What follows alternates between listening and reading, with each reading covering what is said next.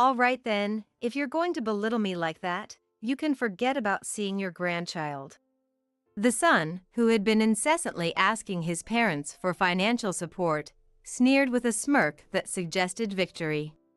Sorry to burst your bubble, but I'm a cut above my sister here. I have a steady income and I don't need mom to bail me out anymore. If you want to cut ties, feel free. We won't be showing you our kid, even when we have one. Please keep your distance from our lives. And don't think about crying to us about your retirement expenses, because we won't pay a dime. Having had their say, the two left. In the end, just as my daughter predicted, all they wanted was to leech off me and live a luxurious life.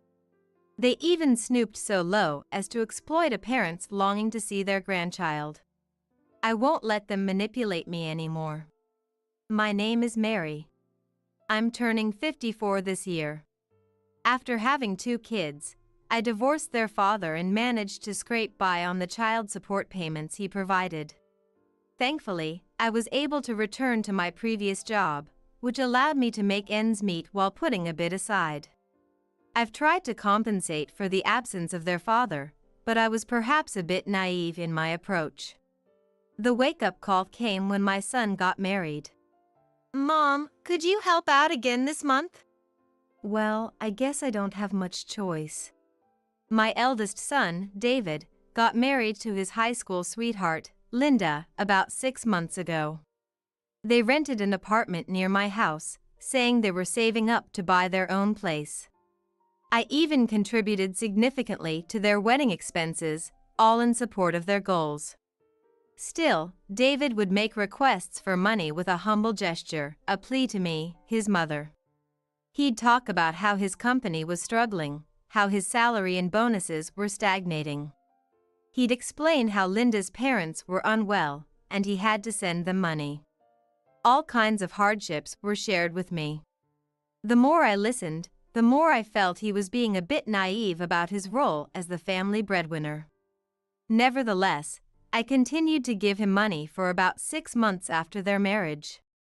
Since we lived nearby, they would often come over. We'd frequently share dinners, and I assumed that David was bringing Linda over to my place. Despite being newlyweds, they seemed to prefer spending time with me rather than themselves. I even hinted at this once, but Linda only responded with, "Your cooking is so good, Mary, I could eat it every day." Although I was flattered, Linda never showed any interest in learning my recipes or helping me cook. The years passed in this way until my daughter, Trisha, started applying to colleges. At that crucial time, I asked David and Linda to refrain from visiting so frequently. Yet, they continued to ask for financial support, and once the college applications were over, they were back to their usual frequent visits. Around that time, Trisha and Linda started having disagreements. "Mary, your financial help has really saved us. The economy is so tough, and David's company isn't doing well." "But that bag you're carrying, Linda, it's designer, isn't it? You seem to be doing pretty well for yourself." Come on, Trisha. This isn't that expensive. Besides, you always butter up Mom for money, and Linda, don't you ever think of getting a part-time job or something? Trisha. That's rude. Who's being rude here? Don't you feel ashamed relying on your parents for money? Well, I do feel sorry for Linda because I'm not earning enough. No, not to Linda, to Mom. All right, Trisha, let's cool it. We're all going through a tough time, let's be understanding. It wasn't the first or second time Mary had to mediate between her children like this during meals. I understood Trisha's complaints, but I believed they just needed to endure a bit longer. Mary trusted they would soon say they could stand on their own feet and wouldn't need any more financial support. Above all, she didn't want to burden her children with money issues, especially without a father figure around. These were some of the thoughts running through Mary's head. As Mary finished dinner and started cleaning up, she heard Linda from behind. Excuse me. Mary turned around with a smile, thinking that the moment I had anticipated had arrived. Linda's words froze my smile. "Thank you so much for your support, Mom. It's really a big help." It's okay. I'm sorry Trisha can be a bit of a nag. Don't worry about it. But I have a favor to ask. What is it?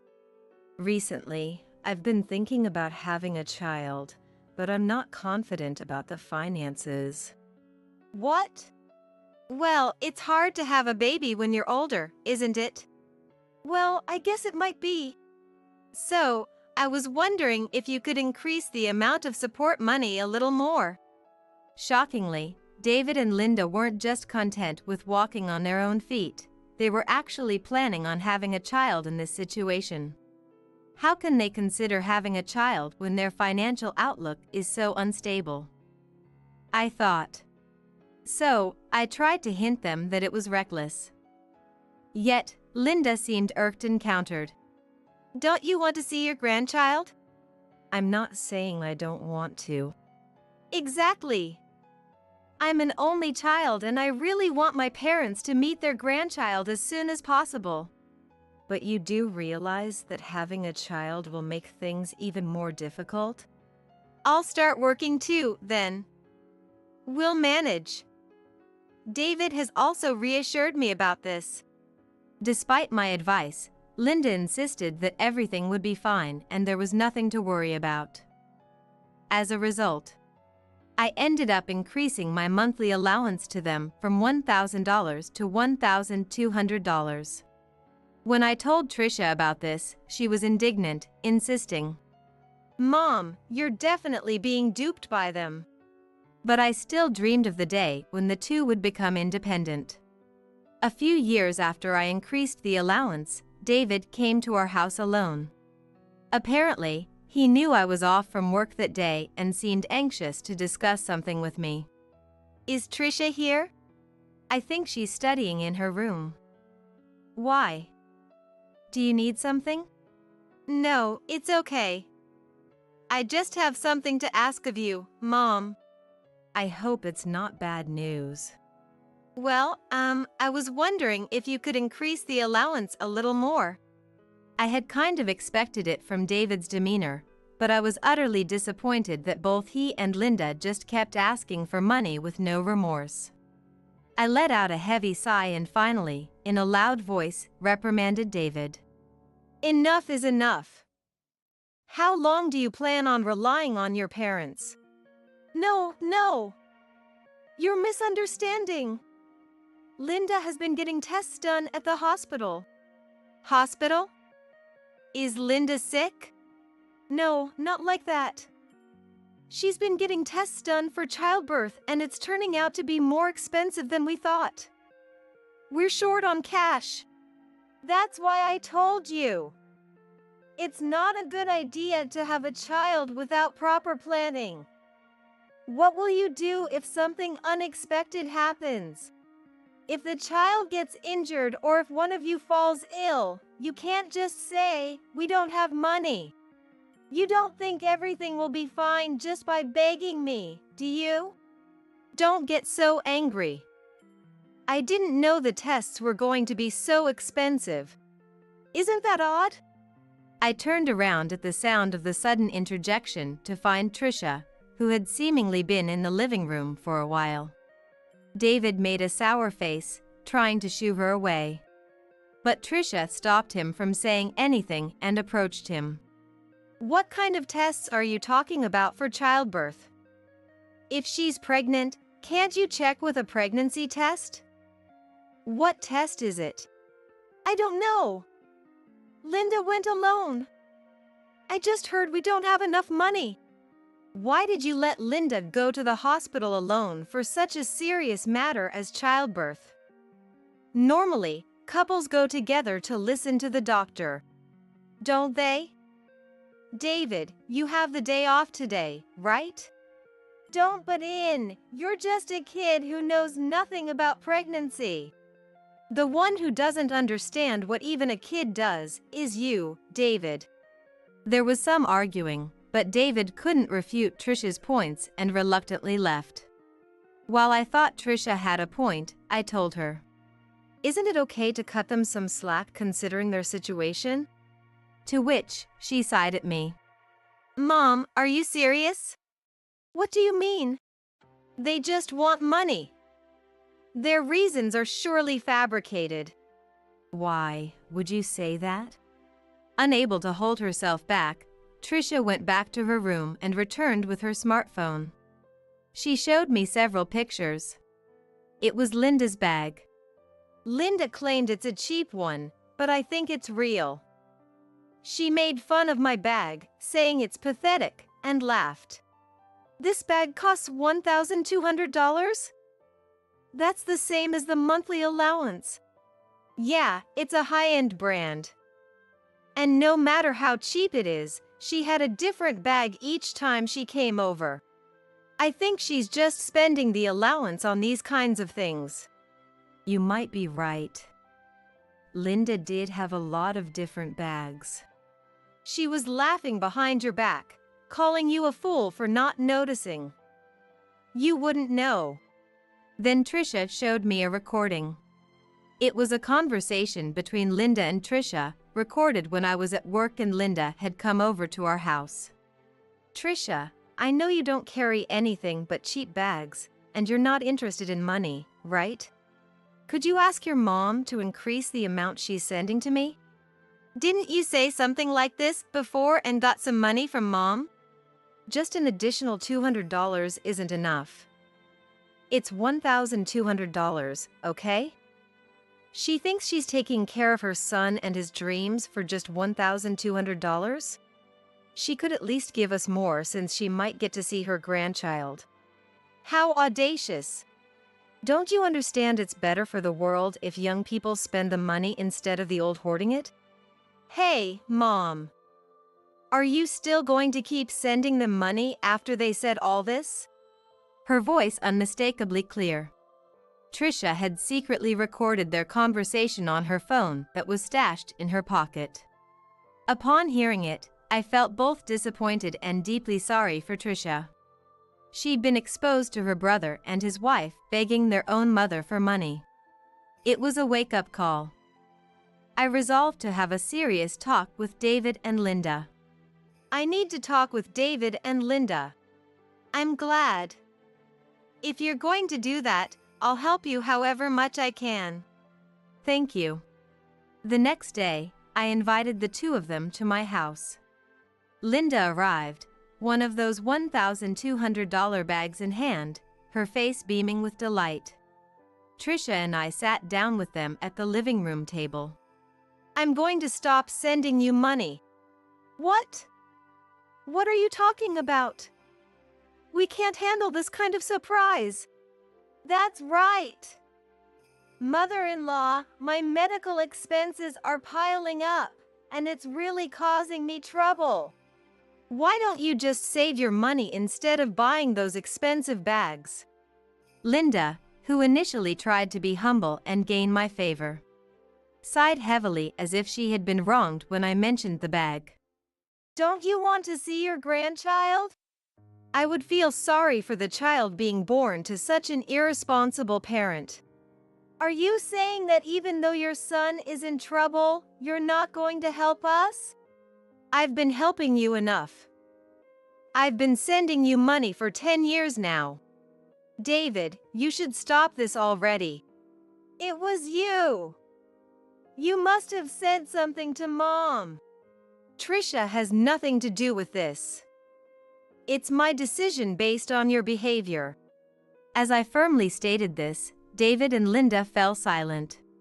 Seeing this, I felt relieved that we could end this after a decent conversation. But then David laughed in a mocking tone and started shouting at us. Well, fine.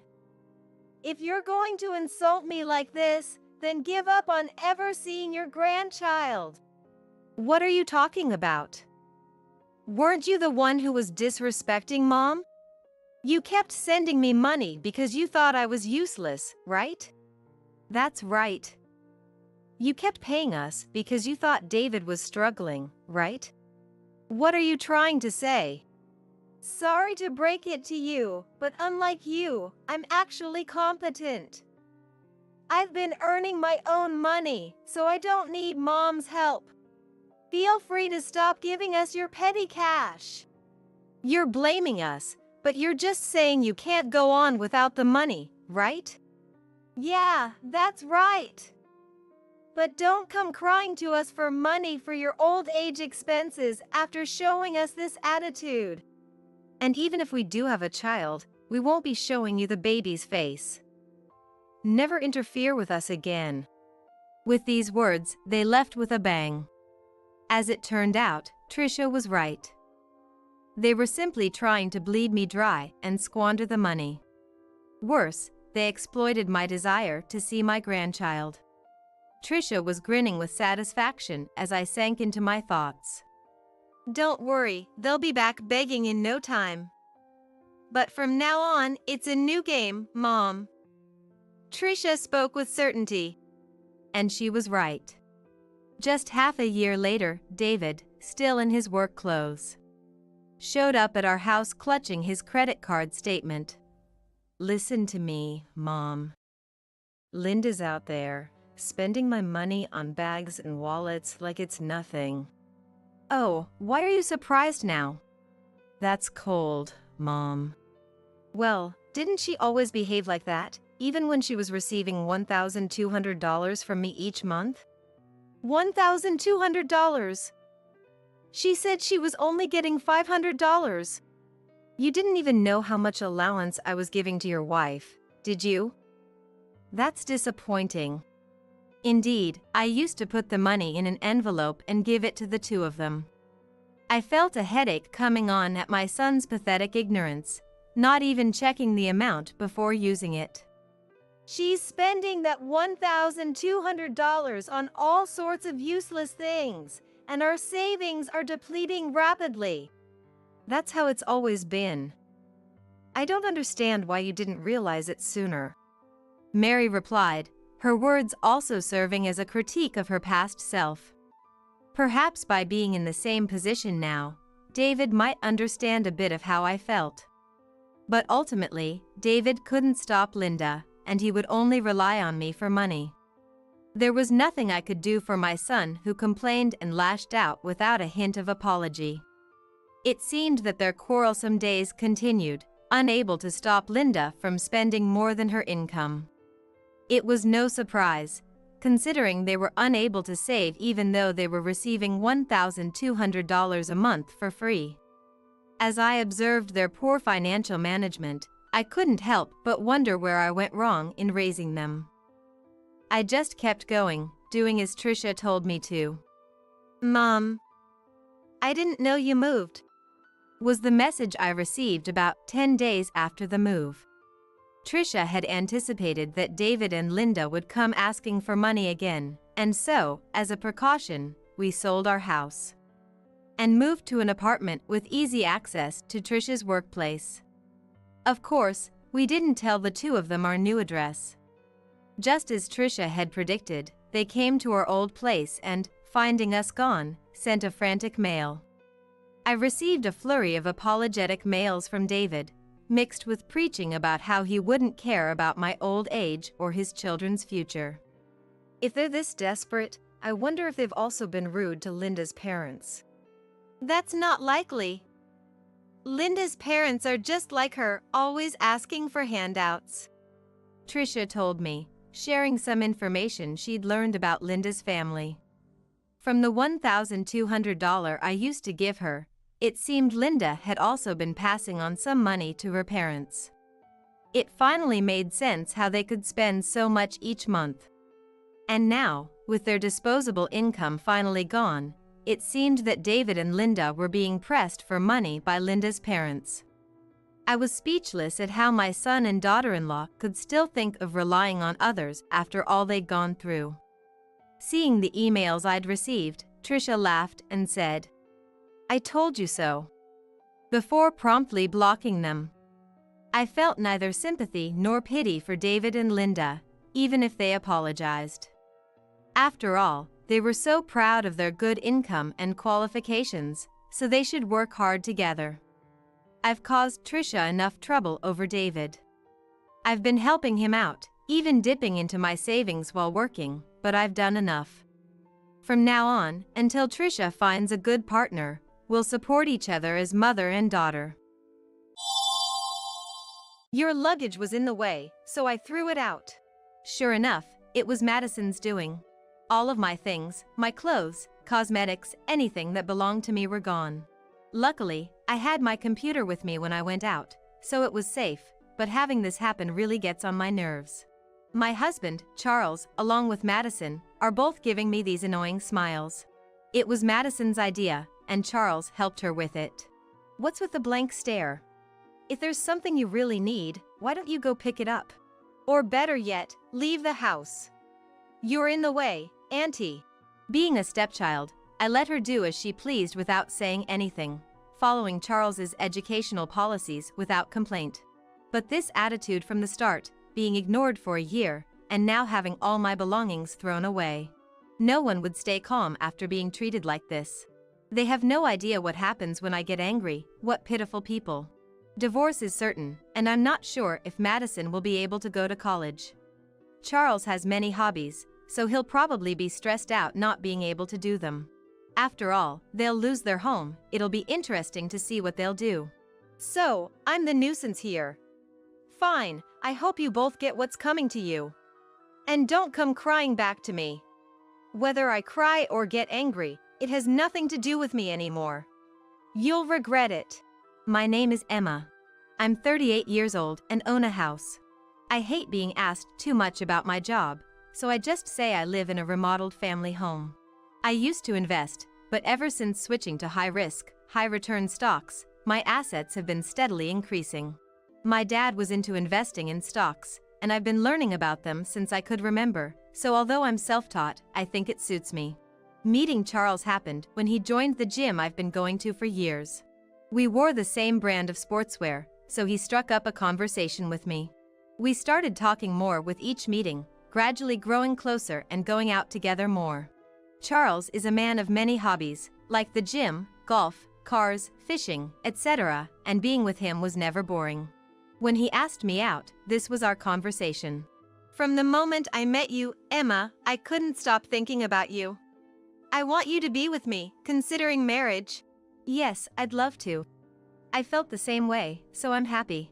But there's something I have to tell you. What is it? I'm divorced. My ex-wife didn't understand my hobbies and was always negative about them.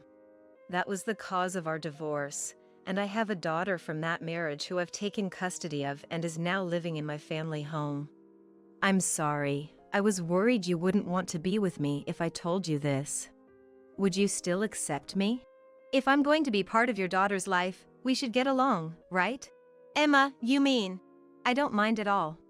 No matter what happens, my feelings for you won't change. After that, we started dating. At that time, Charles's daughter, Madison, was in her 6th year of elementary school and seemed like a cute, friendly girl. She always greeted me with a bright smile and seemed happy to see me. It's Emma. I'm so happy to see you today. Madison, do you like going shopping for clothes with Emma? Madison is really cute. It makes me want to buy her something. You two seem to be having fun. Let me join in. Dad's getting jealous. Yes, Charles is a jealous type, isn't he? I thought Madison was fond of me. I bought her clothes that suited her and brought cakes as gifts, which she always seemed to enjoy. Then one day, during dinner, Madison muttered, "It would be more fun if Emma was with us every day." This led to Charles proposing to me. It was about 2 years after we started dating. We got married when Madison was about to enter her 3rd year of middle school, and since I lived alone in a house, they both moved in with me. At that time, I hadn't told Charles exactly how I make my living, just that I was a home worker. I once told someone I dated how I earned my money in detail. Then, after teaching him for a while, he started to cling to me, and it was hard to break up. I had meant to talk about it after we got married, but completely forgot as time passed. A little over a year since we started living together, Madison was nearing the end of her first year of high school.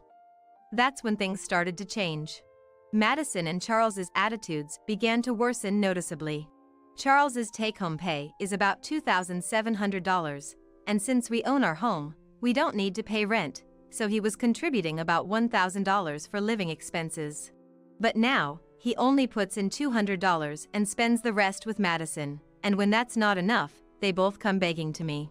They spend so much money on various hobbies, and one day I brought it up because the spending was getting out of control. Charles, can we talk for a minute? Now? I have to play my game, so make it quick. It's about Madison and the money. Don't you think you're spending too much? First off, she's only in her first year of high school and you're buying her all these expensive designer items. How much allowance are you giving her? And Charles, it's fine that you have many hobbies, but aren't you spending too much on them? You're even spending on games. And maybe you could sell the things you don't use? How much was I giving Madison again? $1,000 or something? I want to buy her whatever she wants, and she says there are so many places she wants to go. She's my cute only daughter, so it's fine. And don't meddle in my hobbies.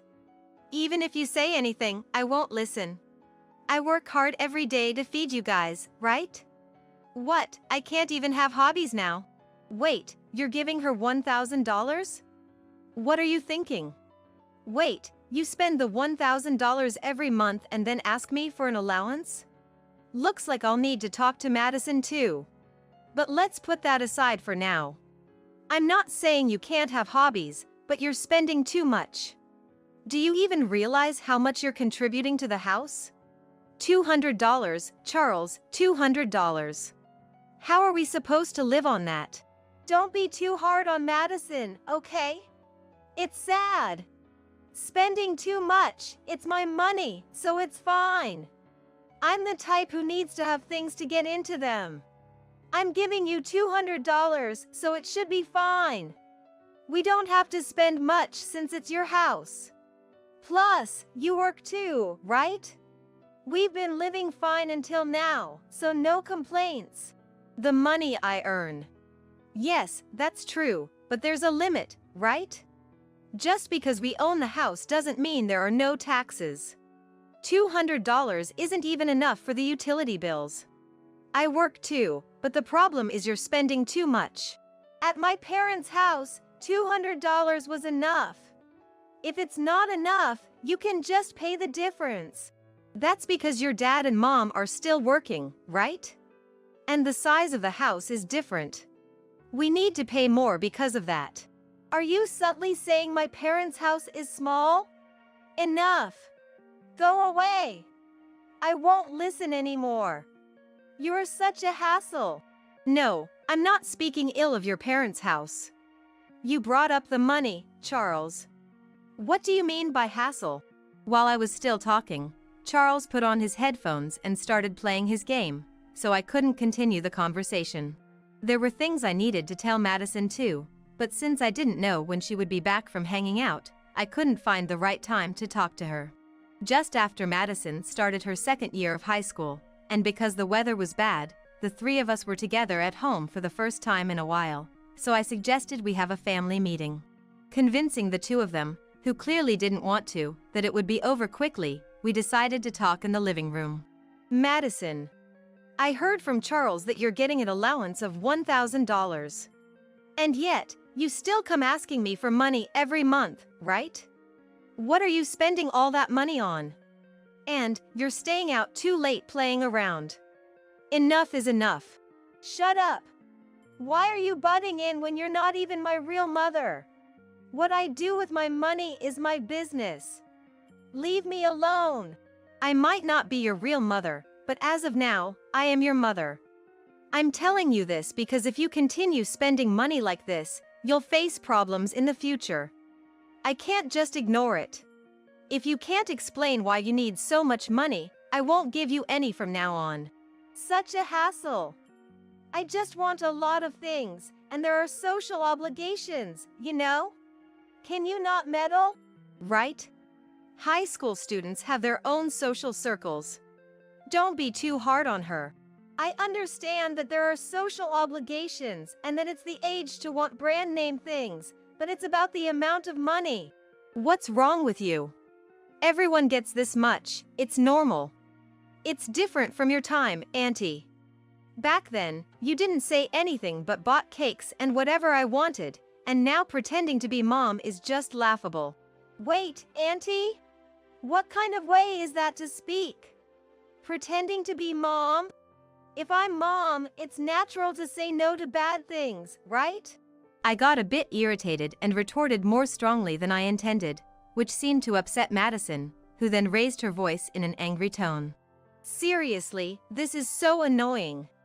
I was just playing family with you because you used to buy me whatever I wanted, but why are you acting all high and mighty? Fine, I'll treat you like you don't exist and don't interfere with me. Just wait a minute. Emma, that's enough. You went too far. Apologize to Madison. I'm the one at fault? What do you mean by playing family? I thought you were an easy woman to deal with, but I guess I was wrong. Just apologize, will you? I was baffled. To think that Charles saw me in such a way. From the next day, Madison truly started ignoring my existence. The message Charles sent me in the morning saying, "Until you apologize to Madison, I'll also keep my interactions with you to a minimum." As I continued to live like this, finding no meaning in staying together, I started to think about divorce. About a year had passed since Madison began ignoring me. Madison was in her 3rd year of high school. Charles and Madison continued to be reckless with money, and even though I stopped giving them money, they withdrew from the account I used for paying utilities and other bills. Despite thinking I was putting in nearly $2,000 thinking it would be extra, it all got withdrawn. Because of such incidents, I made up my mind and had a conversation with Charles. "Charles, do you have a moment? There's something I need to discuss." "What, you finally decided to apologize to Madison?" "No. I've lost the sense of purpose in staying together. Please leave this house." Excuse me? What are you talking about? Did you hit your head? No, I'm serious. Yeah. Wait, I need to think about it. I have to tell Madison too. Please do it within 3 days. I'll take the day off work and go to the gym, so please pack your things and leave during that time. 3 days, huh? I couldn't tell if Charles was really listening, but I said what I wanted to say. Given their attitudes, they probably didn't want to live in the same house as me either. 3 days later, I spent some time at a cafe and then went to the gym for a longer session before returning home. Their shoes were still there, so they must still be in the house. That thought crossed my mind as I went to put away my gym shoes and was shocked to find my heels, pumps, and boots missing from where they should be. A bad feeling washed over me, and I rushed into the house and into my room, only to find it empty. I couldn't find a single piece of my jewelry. As I hurried to the living room, Madison and Charles were there, both sporting sarcastic smiles upon seeing me. And for the first time in a year, Madison spoke to me. "Oh, you're back. Why the rush? What's the meaning of this?" "My belongings. Your stuff was in the way, so I threw it out." Just as I thought, it was Madison's doing. All my clothes, cosmetics, anything that was mine had disappeared. Fortunately, I had my PC with me when I went out, so it was safe, but to have this happen was infuriating. Charles was laughing along with Madison. It was Madison's idea, and Charles helped her with it. What's with the blank stare? If there's something you really need, why don't you go pick it up? Or better yet, leave the house. You're in the way, Auntie. So, I'm the nuisance here. Fine, I hope you both get what's coming to you. And don't come crying back to me. Whether I cry or get angry, it has nothing to do with me anymore. You'll regret it. Regret? As if we'd cling to an auntie like you. That's right. What Madison said is true. We're the ones who did you a favor by marrying you, remember? You should be grateful we married you, not the other way around. Hearing this, I took what belongings I had and headed to a business hotel. Fortunately, there was a vacancy, and I was able to stay there that night. Watch me now. That's what I thought as I went about what I needed to do. And then, almost a month later, My phone rang loudly. It was Charles. Just as I thought he would call. I couldn't help but laugh at how predictable it was. I waited a bit before answering Charles's call. Hey. Emma, where the heck are you? Enough is enough. Come back home. Oh, I'm just the nuisance auntie, remember? That's enough. If you've reflected, I'll let you live with us again. Live together? You must be joking. How about you quickly sign the divorce papers I left in the mailbox? Mailbox? Divorce papers? What are you talking about? Haven't you checked the mailbox? Why don't you go look now? Wait a minute. He must have gone to check the mailbox because I could hear footsteps over the phone. I decided to wait. After a while, I could hear him running back. He must have been surprised by what was inside. Emma, there are notices for electricity bills here. What's this amount? But the electricity is still on, and the hot water is working. Did they come even after I paid? Charles, you don't know anything. Our house is all electric, so that's the amount we owe every month. And if there's a notice, the due date must be the end of this month, right? Good luck paying it. I haven't been living in that house, so I haven't paid. Plus, I've changed the withdrawal to your account. Electricity doesn't just stop if you don't pay immediately, you know? Didn't you know that? What do you mean? Nothing's in my account for a withdrawal to happen. Please, pay it. I don't have any money until my next paycheck. No way. Why should I pay for you too? Isn't your cell phone bill coming soon too? Wait. You didn't change the cell phone account to mine, did you? Yes. The bills for both you and Madison are being withdrawn from your account now. Madison's too? How much is it going to be? You wouldn't know, right? You spend on gaming, and Madison uses a payment method that comes with the cell phone bill for shopping. Including mine, it's about $2,500 a month. What? That much? I shouldn't have spent that much on gaming. When you weren't spending, Madison was buying accessories or something. You're spending at least $800 a month on gaming. Don't you realize? Mine was about $100, I think. That's impossible. I can't pay that. Charles, shall I tell you something? What? The monthly payments, including the allowance I used to give you both, amount to $8,000. Did you know? Taxes on the house, utilities, your car loan, cell phone bills, money for your hobbies, money given to Madison, and all that adds up. Did you know that? What did you say? $8,000? That can't be right. It is. That's why I got angry about you spending too much. It even exceeded $10,000 once, remember? When Madison bought 3 designer bags. Well, I could pay because it was me. Wait, Madison was shopping that much? There's no way I can afford that. You mean you could pay because it was you? What does that mean?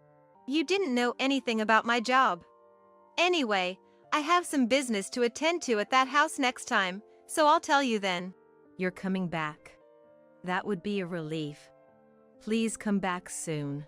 What are you talking about? I said next time, right? You'll have to figure out the payment yourself. After saying that, I hung up the phone. Feeling somewhat refreshed, I relaxed for a bit when the phone rang again. I answered it immediately. Now that the date was set, I thought I'd just leave a message. I informed Charles that I would be visiting in a week and muted his contact. When I arrived a week later, Charles had taken the day off and was waiting for me. I had thought as much, but I was hesitating about whether to mention the job directly. However, considering the what-ifs, I decided to say something about it before leaving. Been waiting. Who are those men? Multiple affairs? No, they came to look at the house. What? Why? I'll tell you everything on my way out. But first, what about the payments? And the divorce papers? I borrowed from my parents. I'm counting on you from next month. We're not getting divorced. No, we are getting divorced. I won't make the payments. Why not? Then why did you come back? To have you sign the divorce papers and to inspect the house. I told you, we're not getting divorced, so I won't sign. What's this inspection about? Forget the inspection for now. If you don't sign the divorce papers, Madison will be angry, you know? If you don't want Madison to hate you, you better sign. If it comes to it, I'll consult a lawyer and make you repay all the money I've spent so far. All right. Oh, scared of the lawyer, are you? I just don't want Madison to hate me. If it means getting billed for what was spent, I'll just go through with the divorce. But let's live together here. What? No way. The men I came with finished their inspection and came back. These men were actually demolition workers. I got him to sign the divorce papers, and I decided to tell him the truth before leaving. Oh, you'll need to move out soon. Just so you're prepared. What do you mean? Because this is the house I built. What? I thought you remodeled your family home. Hey, I wasn't told this. No, that's not the case. I was planning to tell you more once we had built a stronger relationship. But you showed your true colors before that could happen. So, Emma, you must be earning a lot? You never mentioned a mortgage. The mortgage is already paid off. I'll tell you more about it later. Right now, I want to file the divorce papers. If you're earning that much, forget the divorce. Give that back. As Charles tried to grab the divorce papers, the demolition workers easily restrained him. They then drove me to the courthouse in their truck. The divorce papers were successfully filed. It seemed he also had day off the next day. He kept calling. Curious about the job since I hadn't mentioned it, I decided to answer. To my surprise, it wasn't Charles but Madison on the phone, though it seemed Charles was there too, judging from the background noise. What's the meaning of this? You told Dad to leave, right? Explain yourself to me. Good morning, Madison. Yes, that's right. Please leave, as that house is one I purchased. What? Dad said it was just your family home that was remodeled, so it would be easy to take over. Is that what he said? Thanks for letting me know. Madison, don't say unnecessary things. Emma, how could you afford all these payments? I was planning to tell you. I'm an investor, and I've been dealing with stocks these past few years. I know someone who did that and didn't make anything. If he couldn't, there's no way you could. But I can. My dad is also an investor, a successful one. He's living abroad now. So that's why the marriage introduction was remote. Exactly. There's an epidemic over there, and he can't return right now. Did you also get money from your parents? Only at the start. I borrowed but was able to pay it back quickly. Shall I tell you my total assets? Don't beat around the bush, just say it. It's probably something like $100,000, right? No, it's not. Don't tell me it's actually $100,000. Close, but it's $1 million. What? Too bad for you. Hey, that's a lie. Hey, you're lying. If you think it's a lie, then that's fine. We'll never have to deal with each other again. Wait, Emma, let's start over. Please, come back. I'm begging you. Then, goodbye. After saying that, I hung up the phone, then proceeded to block his calls and messages. Feeling liberated, I started looking for a new place to live. A few days later, I received a call from an unknown number. It turned out to be Charles using his work cell phone. I didn't know the number. Emma, wait, don't hang up. Just hear me out. What is it? The demolition crew is here saying we have to leave because the house is going to be torn down. Do something, please. Where are you now? We could come to you. No way. Don't come. Goodbye. Wait. Mom, it's me, Madison. I realize I went too far. I'm sorry. I want to live together again. Madison, I'm not your mom anymore. Don't come crawling back now. I was wrong, so please remarry Dad. Without you, I can't go to college, and my cell phone will be cut off soon. I'll be good, I promise. Poor thing. But, Madison, you were the one who rejected me trying to be your mom. Life isn't that easy, you know? Maybe you should give up on college for now and get a job? Or apply for a scholarship. I don't want a scholarship. My life as a college girl. No. Throwing a tantrum won't change anything now. Try your best with Charles. Goodbye. After that call, I also blocked that number and went to a mobile shop to change my number. About 3 months later, I heard from a gym friend who was also close to Charles that, after everything, Charles had no time or money for his hobbies anymore. He was working day and night desperately trying to pay back the money he borrowed from his parents. I thought I saw Madison in the nightlife district during a night out with friends, but they're people I'm no longer associated with. It's a result of their own actions, I think. When I told my parents everything, they suggested I come live with them. I'm planning to leave the country soon, so I won't have any more dealings with those people. I'm looking forward to the new encounters that await me abroad.